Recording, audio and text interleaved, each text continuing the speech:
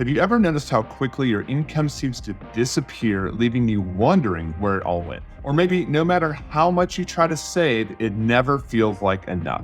Hey, Andy here. Today, we're going to discuss the book, The Psychology of Money by Morgan Housel, to understand why our emotions and habits often sabotage our finances and how to take control with a few simple strategies. The Psychology of Money explains it's not just about the numbers. It's our money choices that are influenced by our habits, past experiences, and emotions. Once we understand why we handle money the way we do, we can start making smarter financial decisions. Let's dive into lesson 1. Morgan Housel emphasizes that financial success isn't just about strategies. It's about how we behave with money. People often know what they should do, but fail to behave accordingly. Our decisions are influenced by our past experiences, family background, and cultural expectations. If you grew up in a home where your parents constantly argued about money, you might feel anxious when spending, even on necessities. These experiences can make money feel like stress and conflict, creating habits based on fear instead of confidence. On the other hand, if you grew up around wealth, you might see money as a tool for opportunities. This background can certainly lead to confidence, but may also lead to some risky choices, like investing without fully understanding the risks involved. While these stories sound like different experiences, they actually represent a common struggle, balancing security and confidence. Without a self-awareness, this can often create stress, conflict, and confusion around managing your money. Whether you lean towards saving everything or spending freely, these habits are often rooted in past experiences. Recognizing your money habits and origins will enable you to start making better financial decisions. Understanding why you behave a certain way with money allows you to make more intentional choices, rather than relying on habits that unwittingly may not serve your goals. This way, if you know that you're an impulse buyer, you can work to increase the friction to make impulse buying a little more difficult. For example, it could just be erasing your credit card details on Amazon or deleting the app off your phone altogether. Or if you're likely to invest as the market increases and take your money out during a market decline, which is very common, by the way, you can delete the investment apps from your phone and automate your contributions moving forward. Fun fact, I recruited financial advisors for a living for like 5 years. And there are plenty of successful financial advisors that we were trying to recruit from one firm to our firm that had a really tough credit score. And again, this is not me bashing them in any way, shape, or form, but just because people have head knowledge doesn't mean that their behaviors are in line with that. Think about losing weight. We all know that we need to move our bodies more, eat more fruits and vegetables, watch our calories, et cetera, but most of us struggle to put that into practice.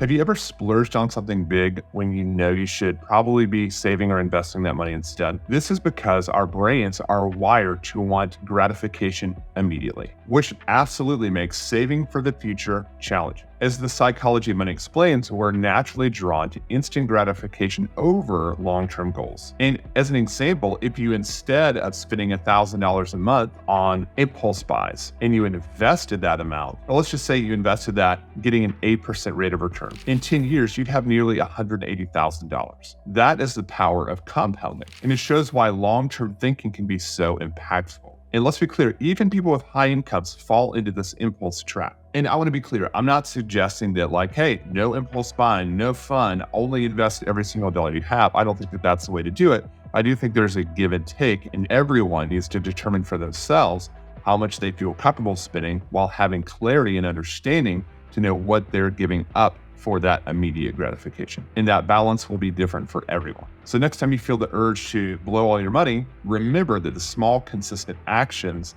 add up over time. These small investments can build significant wealth over time. Housel points out that wealth isn't just about high income. It's about consistently growing the money that you've already earned. People often focus on making more, but overlook the importance of protecting and growing what they have already. This means long-term planning is often way more important than just increasing your income. Morgan writes, "Getting money requires taking risks, being optimistic, and putting yourself out there, but keeping money requires the opposite of taking risks. It requires humility and fear that what you've made can be taken away from you just as fast." A very grounding statement indeed. I believe we need to approach our hard-earned money with caution without hopping on any investment opportunity that is over the horizon. Like, the whole world's into crypto, I'll do that. Or Tesla's going up soon, I need to invest there. But you know what you actually need? You want a nicely diversified portfolio across asset classes, and to avoid buying the next hot thing at all costs. The reality is, I was watching earlier this week at the time of this filming, and Kevin O'Leary of Shark Tank fame accurately quoted the fact that 88% of the time, mutual fund managers fail to beat the market. Again, these are professionals making probably millions of dollars a year, failing 88% of the time to beat the market. I'm more of a fan of the index and chill philosophy, meaning pick index funds, invest. They have lower fees. Typically, like the Vanguard Total Stock Fund has 97% less fees than the average mutual fund, which has a 1% fee. That can absolutely erode your wealth building over time. A 1% fee can be hundreds of thousands of dollars of lost opportunity over 20, 30, 40-year periods. Once you understand your habits and the importance of long-term thinking, how can you prevent emotional decisions from derailing your financial plans? The answer for me was automation. By automating your finances, you are eliminating impulse choices and follow a consistent wealth building plan that eliminates the unnecessary decision making. Here's how to set up your automation.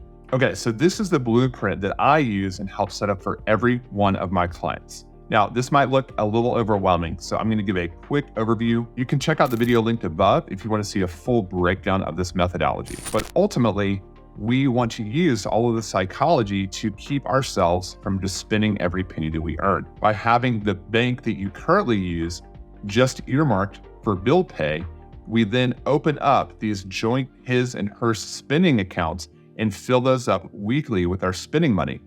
The multi-day transfer from this bills bank to the new bank means it's more difficult for you to kind of dip your hand in the cookie jar and take all of your cash that are earmarked for bills. Similarly, by having our savings built up here in an institution that's going to get a better yield on cash, if you're unaware, Bank of America, Chase, Wells Fargo pay literally 0.01% on their savings accounts, which is absolutely criminal. So instead, we can easily get over 4% here in an account like this, where we're able to eventually direct deposit all of our income here. So if you are cash flow positive, all that positive cash flow will get saved automatically in this high yield savings account effectively. Stacking up money for an emergency fund, we can then build in these savings buckets. We can then invest as much as we want here as well once we hit certain milestones. Not only does this also help eliminate late fees because we are sending the money to pay the bills each and every month automatically, so my clients get to a point where they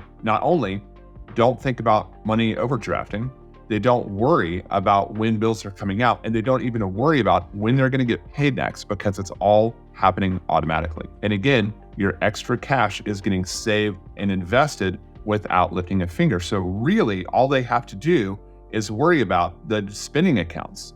You know, you open an app and say, is there money in this account to go out to eat or to buy groceries or do the things we want to do? Yes or no? Okay, great. That's pretty much the extent of decision making once all this gets set up. Now let's take a deeper look at why automation is so powerful. Housel explains in The Psychology of Money that the true benefit of automation isn't just convenience. It's the removal of emotion from your financial decisions. Humans, as Housel points out, are predictably irrational. We may want to spend impulsively or feel anxious about saving and investing. Automation prevents these emotions from affecting your wealth building plan by eliminating the need to make frequent decisions. Imagine a tough day at work where you feel the need to splurge and treat yourself. With automated savings in place, this impulse won't harm your financial future because your wealth building steps have already been taken care of. Housel highlights that wealth grows through small, steady actions. Automated investments harness the power of compounding, turning simple, consistent action into wealth over time. According to Housel, the most successful investors often aren't the smartest. They're the ones who make consistent, automated investments and stick to it over time. Automation is about eliminating the need for discipline. With automatic transfers, you don't have to constantly resist temptation. Your system is already in place to keep you on track. So many clients come to me and talk about the need to rein in their overspending. There's so many people, and I've been there too, where If you don't have enough money in your bank account, you just say, oh, I'll just put on a credit card. And the credit card company knows that you have 30 days to pay that off. And they know, and they are mining and weaponizing our psychology against us. And that is why people just rack up so much debt. I say all the time that debt is a symptom of a broken system. The two things we have to fix are lack of boundaries around spending. The image I showed previously absolutely solves for that. And two is a lack of liquid savings. So once people can get a month ahead, we can solve that problem. And to land the plane on spending, by just having these weekly automatic transfers for spending, enabling people to spend without feeling guilty and knowing that, hey, we've got money for groceries, we can go out to eat, we can buy the deodorant or whatever else we need, we can take the kids to the movie this week, and rinse and repeat that on a weekly basis. It is 10 times easier for people to adhere to, because we're not doing financial crash dieting and saying, hey, you got to live on rice and beans for the rest of your life until you get this debt paid off. Mastering the psychology of money starts with understanding your own behaviors and building systems that protect you from impulse choices. Automation becomes your hidden superpower, turning complex financial decisions into simple habits. It's not about being the smartest, it's about being consistent. Small repeated actions over time is the key to building a long-term wealth. You cannot out-earn poor money habits. Having a high income won't save you if your spending is out of control. It's not your fault if you struggled before. Our brains are built to want rewards right away. But with a few automated steps, you can outsmart those instincts and set yourself up for financial security. Are you ready to let your money work for you? For more practical tips, you can check out my latest video and learn how to stop living above your means, even if it feels impossible. Thanks for watching.